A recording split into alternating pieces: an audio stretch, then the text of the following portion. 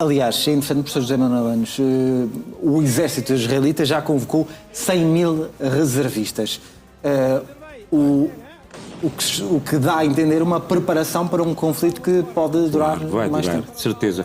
É evidente, volto a dizer, que o Hezbollah não tem a capacidade que teria aqui há uns anos atrás. De qualquer modo, através de ações de guerrilha, de questões armadilhadas, tudo isso é possível que provoque algumas baixas nas forças de defesa de Israel.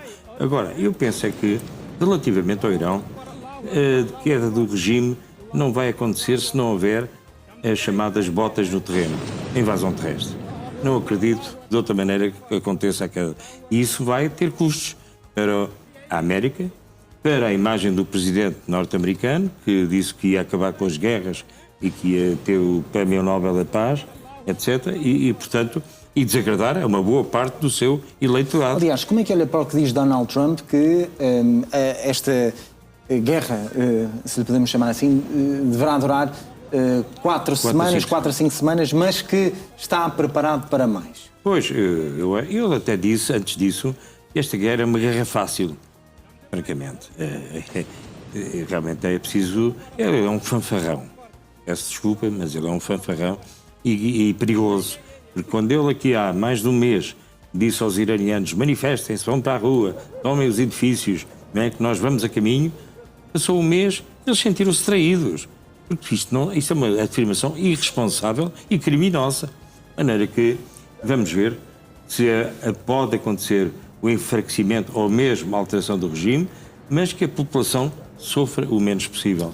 Uma guerra fácil, Coronel Eduardo Caetano de Sousa, durar 4 a 5 semanas? Não, José Pedro, não há guerras fáceis, mas deixe-me só aqui relembrar aqui uma questão. Inicialmente, o presidente Trump, quando lançou a guerra, colocou o objetivo desta guerra, o end state desta guerra, o grande objetivo, era a mudança de regime. Mas se reparou... Marco Rubio veio hoje dizer que... Se reparou, hoje nem Marco Rubio, nem Pete Hegseth disseram o contrário disso. Ou seja, porque havia 4 linhas vermelhas e uma delas era a mudança de regime, era a 4ª. E Trump passou para primeiro. E agora já não está em primeiro. Agora, qual é o objetivo da guerra, segundo Marco Rubio e Pete Hegseth? O objetivo da guerra é desgastar, é ferir as capacidades, é neutralizar as capacidades de mísseis do Irão e a Marinha, foi o que ele falou, e a Marinha, a componente naval do Irão. Ora, a componente naval do Irão é mínima, é zero quase. Já não tem navios nenhuns agora. Já tinha poucos e os 19 que tinha já não tem. E, portanto, essa está conseguido. Os mísseis, o Irão já teve, na outra guerra, se lembra, e foi só o ano passado, em 2025, teve 12 dias, durou 12 dias. O Irão começou por lançar cerca de 200, 400 mísseis na primeira barragem, depois foi diminuindo, até à 7ª barragem só lançou um.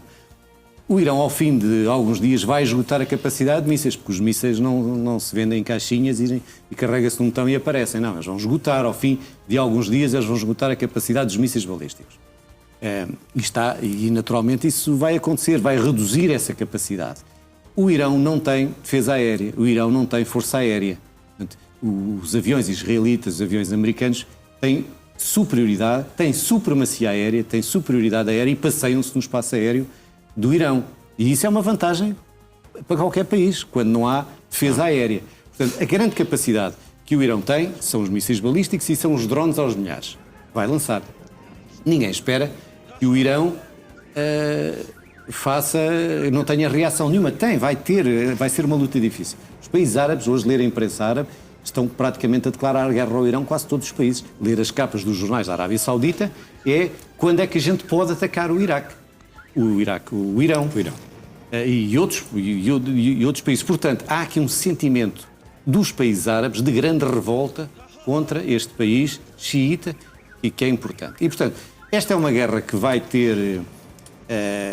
que se espalha de certa maneira. Naturalmente, os xiitas no mundo inteiro vão reagir. São 12% da população. São vários milhões, são 93 milhões, no meio de 2,2 mil milhões de muçulmanos no mundo. Vai ser uma guerra complexa. Eu sou otimista e acho que é capaz, estou convencido, os Estados Unidos, no final desta guerra, vão obrigar o Irão a negociar, e sabendo que ainda hoje de manhã, se dissemos, dificilmente os ayatollahs negociam. Eu não sei se eles negociam, se vão deixar de negociar, mas vão ser naturalmente, se calhar, obrigados a fazer. O presidente Maduro também nunca disse que negociava com ninguém. E nunca mais se ouviu falar no presidente Maduro. Vamos ver o que é que vai acontecer. Esta guerra não vai durar sempre. Há uma coisa que o presidente Trump também disse. Os Estados Unidos não estão para gastar muito tempo nestas guerras. Não estão agora para fazer uma guerra de 10 anos aqui ou 20 anos. Há algumas divisões até nos próprios, por exemplo, no movimento MAGA, dentro do Partido Republicano, com estas intervenções que têm sido levadas a cabo pelo presidente dos Estados Unidos. Não é? Claro que há divisões. A guerra, por exemplo, os objetivos dos Estados Unidos são diferentes dos de Israel, ou Israel, por isso, vai invadir o Líbano, enfim, tem objetivos semelhantes, mas tem outros próprios do Médio Oriente. O Médio Oriente nunca é fácil, nunca vai ser fácil com estas guerras. Porque há também a componente religiosa, não é? O Irão é um país que está habituado às guerras, já teve guerras com os Estados Unidos, teve a última, já teve em 2024 com Israel, já teve a guerra com o Iraque, uma guerra absolutamente fratricida, sem explicação nenhuma, que morreram milhares e milhares e milhares de pessoas. O Iraque contra o Irão, já no século passado. Agora há uma coisa, o Irão vai sair daqui, aquele Irão que o José Pedro Fernandes conhecia há 4 anos ou há 5 anos, uma grande potência, isso acabou. E o Irão, para recuperar, até vai demorar mais de 10 anos, ou 15 ou 20 a recuperar aquela situação. Sr. Coronel, vamos olhar agora para as imagens de satélite que nos mostram os danos na numa instalação nuclear iraniana. São imagens divulgadas pela CNN Internacional e que mostram os danos nesta instalação nuclear iraniana. É o antes e o depois, que mostra também que, pelo menos, a professora Eduardo Correia, é verdade. Esta operação já teve efeitos. Um deles é este que estamos a ver nas instalações nucleares. Já, Pedro, a eficácia dos bombardeamentos americanos e israelitas é absolutamente inquestionável. Aliás, basta perceber o modo como a operação no fundo, de assassinato do líder supremo, Khamenei, decorreu em Teherão. Ainda hoje recebia notícias de Teherão e as pessoas estavam assustadas com o barulho dos aviões a passarem, dos aviões militares a passar. Como muito bem disse, o espaço aéreo é completamente dominado pelos israelitas e pelos americanos. Há um tema muito importante, José Pedro. Há um tema muito importante que é a alteração de poder. Vai obrigatoriamente haver alteração de poder e há 2 pessoas na calha. Um deles é o neto do primeiro Ayatollah, de Khomeini, e outro é um antigo presidente, o Rouhani. Isto é o que surge de Teherão. Pode ser que aconteça. E qualquer um dos dois poderá ser capaz de criar uma nova doutrina de relação com o Ocidente. Daí, pegando um pouco no que diziam há pouco, daí a eventual moderação dos Estados Unidos no que diz respeito à alteração de regime. Porque essa alteração de regime, nestas circunstâncias de guerra, é muito complexo, porque era necessário que as pessoas fossem para a rua. As pessoas estão a fugir de Teherão, mais de 40% da população de Teherão já saiu, e estamos a falar de uma cidade com cerca de 18 a 20 milhões de pessoas, portanto 40%, estamos a falar de cerca de 8 milhões de pessoas saíram de Teherão. É em Teherão que se decide, não é nas outras cidades. Sim. As pessoas estão com receio de sair à rua, portanto o golpe, que até há relativamente pouco tempo parecia estar iminente, parece hoje muito mais complexo por via precisamente dos ataques israelitas e americanos. Nós estamos a ver, Sr. Coronel... É só se puder comentar a fotografia. Era isso precisamente que eu lhe ia perguntar, porque nós estamos neste momento a ver... Não queria interrompê-lo. Não, força. Nós estamos neste momento a ver o antes e o depois. Isto é Natanz. É uma pedra basilar do programa nuclear iraniano. Não, é Natanz, Isfahan e Fordow são as 3 áreas fundamentais do nuclear, dos 408,6 quilos de urânio, 60%, ou dos 440, versão 2. Este é Natanz. O Irão recuperou bastante com camadas de cimento, protegeu Natanz, era onde estavam as centrifugadoras. Tiveram aqui 6.000 centrifugadoras que foram, terá sido destruído no primeiro ataque, e hoje os bombardeiros B-2, não sabemos exatamente como, atuaram, os americanos, bombardeiros B-2 americanos. E, portanto, é natural que aquela fotografia, portanto, seja real, seja verdadeira, a do lado direito, e que haja, porque houve destruição, ainda ninguém falou exatamente que tipo de destruição. Porque Natanz era o principal, era Isfahan, que é ali o centro nevrálgico, e depois Fordow. Mas Isfahan estava muito debaixo de montanhas e era difícil. Mas Natanz era, porque tem a maior, era aqui que o urânio tinha maior capacidade de aumentar o seu grau, a sua percentagem... De enriquecimento, faltava-me essa palavra, de enriquecimento. Chegou aos centros, mas era porque as centrifugadoras aqui tinham um papel mais decisivo, porque eram muitas também. Era só para comentar aqui a fotografia, porque... E, de certa forma, professor, ajuda a cumprir parte daquele que é o objetivo do Irão, que é obliterar as capacidades nucleares iranianas. Saudar esta destruição parcial, embora, da capacidade nuclear iraniana. É realmente preocupante, não só para Israel, como para todos os países ali em volta, e, nesse sentido, isto é de saudar. Agora, a questão da mudança de regime é que temos um grande problema. Como é que se vai neutralizar a influência que o clérigo xiita tem ali na direção? É muito difícil. Eles têm um poder enorme e têm um poder simbólico sobre as populações. Como é que é isso? Tem que haver muita força, um líder com grande capacidade de liderança, e eu acho que vai ser um grande problema neutralizar aqueles clérigos todos, os mini ayatollahs que por lá há e que têm um enorme poder sobre as massas. Tocou na questão da felicitação destas operações, que foi uma expressão, algo do género utilizada hoje pelo secretário-geral da NATO, Mark Rutte, que vê com bons olhos esta operação dos Estados Unidos. No entanto, não está prevista uma intervenção da Aliança Atlântica. Não, se for necessário, Chipre, que é um país da União Europeia, foi atacado de maneira não muito séria.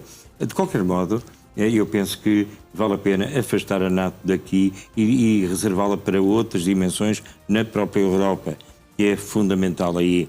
E aí temos que pensar que a guerra ucraniana, a invasão russa da Ucrânia não acabou e está a continuar, até que o Sr. Putin deseje, porque... Aliás, toca em Vladimir Putin e também se pronunciou relativamente a este conflito, dizendo que pode servir como uma espécie de mediador pelas relações privilegiadas que tem com o Irão. Mas ele tem uma forte ligação com o Irão e esteve quietinho. E, portanto, o Putin, com aquelas suas, digamos, expressões ameaçadoras, aqui esteve quietinho e não mexeu. Claro que não pode também fazer zangar o seu amigo Donald Trump. Eu lamento dizer isto, mas tudo aquilo que tem sucedido na negociação com a Ucrânia e a Rússia é realmente um escândalo. Um dos conselheiros de Donald Trump é o Stephen Miller. E o Stephen Miller reclama-se a si próprio como um neo-McCarthyista. Ora, nos tempos do senador McCarthy, o Donald Trump já tinha sido destituído e estava preso por atividades anti-americanas. Há uma mudança também na forma como... Pois, aí é que é a questão. Como a política mundial está a acontecer nesta altura. Professor Eduardo Correia, como é que olha também para esta posição do secretário-geral da NATO a engrandecer, de certa forma, aquilo que os Estados Unidos estão a realizar? É uma operação necessária, no entanto, não está prevista, não está planeado nenhum envolvimento por parte da NATO. É a reação normal? Eu diria que sim. A Rutte já nos habituou a dizer que sim e a enaltecer tudo o que Donald Trump faz. Bom, essa é a nota primeira. Não há histórico recente de Rutte Lembramos todas das célebres mensagens que Donald Trump divulgou. Não? Portanto, exatamente. Portanto, quer dizer, isso parece-me um comportamento normal, absolutamente normal e previsível. A entrada da NATO não faz grande sentido. Aquele é um conflito americano a apoiar Israel. No fundo, se pensarmos do ponto de vista geoestratégico, quais são os objetivos de Donald Trump com este ataque ao Irão? O primeiro é garantir que Israel não sofre ameaças à sua existência e, evidentemente, que o armamento nuclear nas mãos dos iranianos põe em causa a existência do Estado de Israel.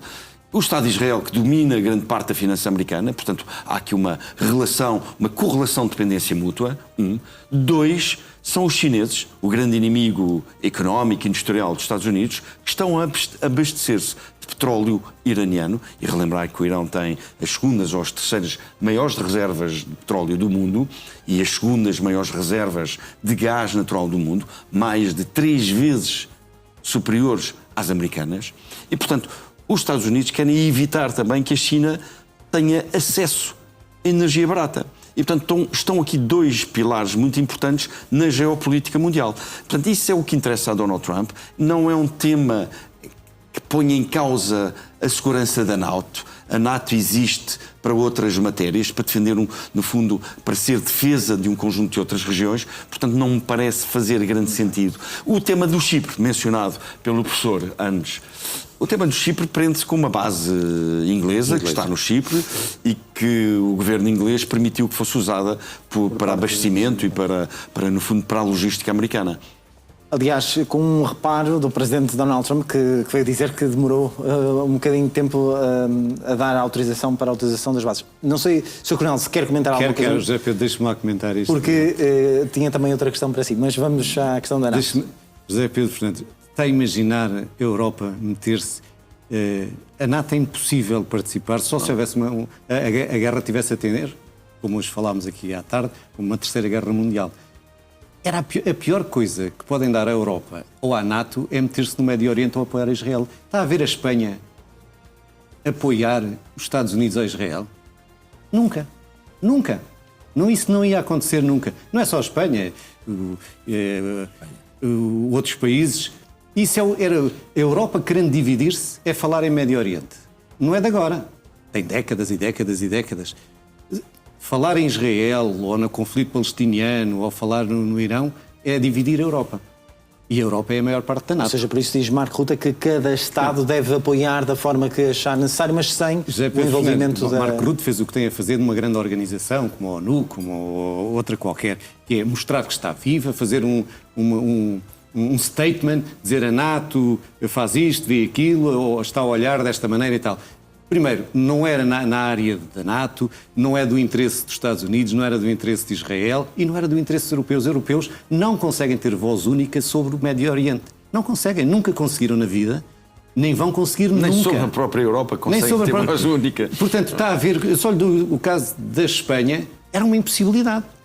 Porque a Espanha não apoia Israel, aliás é inimigo declarado de Israel, é inimigo, e portanto dos Estados Unidos, também não apoia a Irlanda, etc., e outros conjuntos de países. Portanto, era uma impossibilidade. O que Marco Rutte fez e bem foi fazer um statement dizendo que a sua organização está viva, está alertada, acompanha a guerra e nós estamos aqui. De resto não acontece mais nada. Muito bem, meus senhores, obrigado pela análise Boa noite, nesta emissão especial.